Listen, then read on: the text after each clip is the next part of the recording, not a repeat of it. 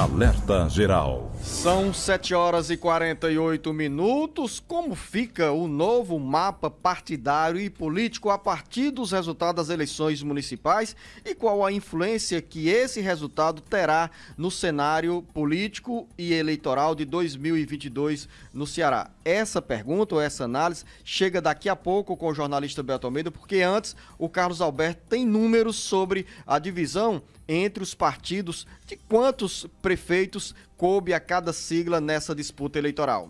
O resultado do segundo turno da eleição em Fortaleza, com a vitória de José Sarto, fez o PDT aumentar para 67 o número de prefeitos eleitos em 2020. O PSD manteve os 27 prefeitos eleitos no primeiro turno, porque nesse domingo perdeu o município de Caucaia, que tinha o prefeito Naomi Amorim, candidato a um novo mandato.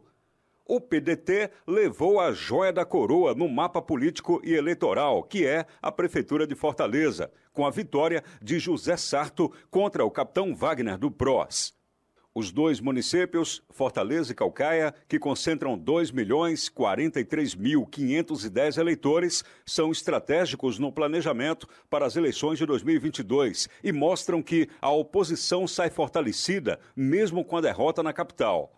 Com a contagem dos votos do segundo turno nesse domingo, o novo mapa político e partidário que saiu das urnas mostra que, sob a liderança dos irmãos Cid e Ciro Gomes, o PDT conquistou 67 das 184 prefeituras do Ceará. Foram 16 municípios a mais do que o número de vitórias no pleito de 2016. O PSD, sob a liderança do ex-vice-governador Domingos Filho, ficou em segundo lugar, com 27 prefeituras. 7 municípios têm tendências com candidatura subjúdice e podem alterar o mapa político e partidário estadual. A oposição sai fortalecida com as vitórias em Juazeiro do Norte, Caucaia, Maracanaú e a votação, mesmo com resultado adverso, do capitão Wagner em Fortaleza. Com informações dos bastidores políticos para o jornal Alerta Geral, Carlos Alberto. Essa reportagem, Beto, mostra a divisão política e partidária. E do ponto de vista eleitoral, os números são diferentes, porque o capitão Wagner, mesmo perdendo a eleição, recebeu 48, quase 49% dos votos em Fortaleza, e isso significa dizer que há um sinal amarelo para uma análise mais aprofundada sobre esse cenário que sai das urnas e principalmente os próximos passos a serem dados pelo grupo liderado pelo senador Ciro Gomes, pelo governador Camilo Santana. Praticamente a metade do eleitorado aí que foi para a oposição, que votou em capitão Wagner. Não foi à toa que ontem, né, ao se pronunciar após o resultado das urnas, coisa que ele deixou para fazer só com 100% das urnas apuradas, porque já dava ali a vitória do Sarto, mas ele chegou ao comitê dele, depois de tudo já apurado pelo TRE, pela Justiça Eleitoral, então ele fez um discurso, Luciano, não de derrotado, o discurso dele de otimista, dizendo que a oposição tinha renascido no Ceará. E aí ele citou os exemplos. Diz que, olha, que das 5 maiores cidades do estado do Ceará, a oposição está bem em 4. Aí ele citou Maracanaú, citou Caucaia com a eleição do Vitor Valim, citou Juazeiro do Norte, não esqueceu de citar o São Gonçalo do Amarante, né, porque lá o PROS fez o prefeito, e citou exatamente o que ele chama de praticamente metade do eleitorado da capital. Então isso já começa a desenhar de fato o que a gente pode ter, o resultado dessas urnas para a sucessão de 2022. Quando o deputado federal, o Wagner, diz, Luciano, que sai fortalecida a oposição, de fato sai. Ou seja, mesmo tendo hoje praticamente 75% das prefeituras eleitas no estado do Ceará, mas os maiores colégios eleitorais estão de fato com a oposição. Lógico,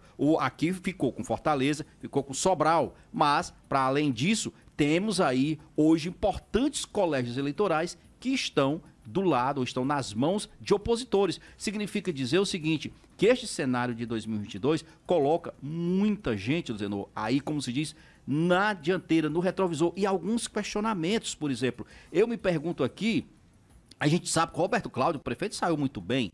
Há a expectativa que diz que o Roberto, ao invés de tirar um ano aí, como se diz, afastado da política, estudando ou fora do país, que poderia ser um dos nomes, inclusive, para ir para o governo do Estado, nessa reta final aí, por exemplo, Secretaria de Cidades, onde Zezinho Albuquerque deveria voltar aqui e pensa disputar a presidência da casa. Pois é, Beto, sobre esse assunto que você começou a antecipar, esse desejo do Zezinho Albuquerque de reassumir o mandato para concorrer à presidência da Assembleia, tem outras informações com o Carlos Alberto, que volta ao Alerta Geral. O embalo da vitória da filha Aline para a Prefeitura de Massapê e o resultado do segundo turno da eleição na capital entusiasmaram o secretário de Cidades do Estado, Zezinho Albuquerque, do PDT, a revelar que está em campo para voltar à presidência da Assembleia Legislativa. A confissão de Zezinho surpreendeu e animou os correligionários. O tabuleiro montado pelo secretário de Cidades começou logo após o primeiro turno das eleições e passou a ser real nesse domingo com a confirmação da vitória de José Sarto à Prefeitura de Fortaleza. Atual presidente da Assembleia Legislativa, Sarto renunciará ao mandato parlamentar logo após a diplomação para assumir o cargo de prefeito no dia 1º de janeiro de 2021. Com a saída de Sarto, o primeiro vice-presidente Fernando Santana, do PT, passa a comandar o Legislativo. Fernando é um nome também que está na briga pela presidência. Homem de confiança da cúpula estadual do PDT, Zezinho exerceu por 3 mandatos consecutivos o cargo de presidente da Assembleia Legislativa. O último mandato no comando da mesa diretora foi marcado por uma disputa inesperada e que exigiu a intervenção do governador Camilo Santana e do hoje senador Cid Gomes. Sem conseguir unir a bancada de aliados ao Palácio da Abolição na luta em 2016 para o 3º mandato de presidente, Zezinho Albuquerque recebeu um golpe com o surgimento da candidatura do colega de partido Sérgio Aguiar, estimulado pelo então presidente do Tribunal de Contas dos Municípios, Domingos Filho.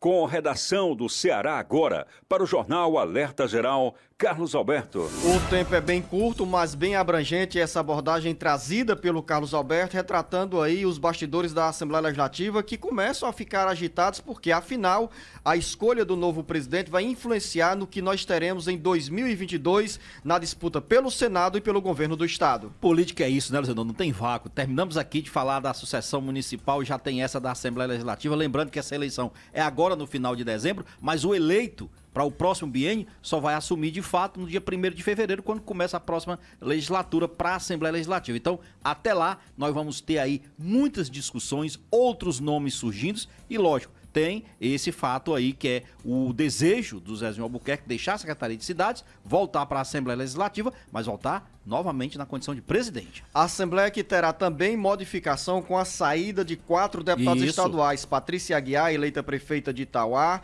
José Sarto, eleito prefeito de Fortaleza, Vitor Valim, eleito prefeito de Caucaia e Bruno Gonçalves, eleito prefeito de Aquiraz. Exatamente, Luciano. 4 parlamentares que vão abrir vaga e mudar aqui o quadro atualmente dos 46 deputados estaduais. Bom início de semana a você, ouvinte internauta, você, Beto Almeida. Boa segunda-feira e bom trabalho. Um bom dia a todos, até amanhã.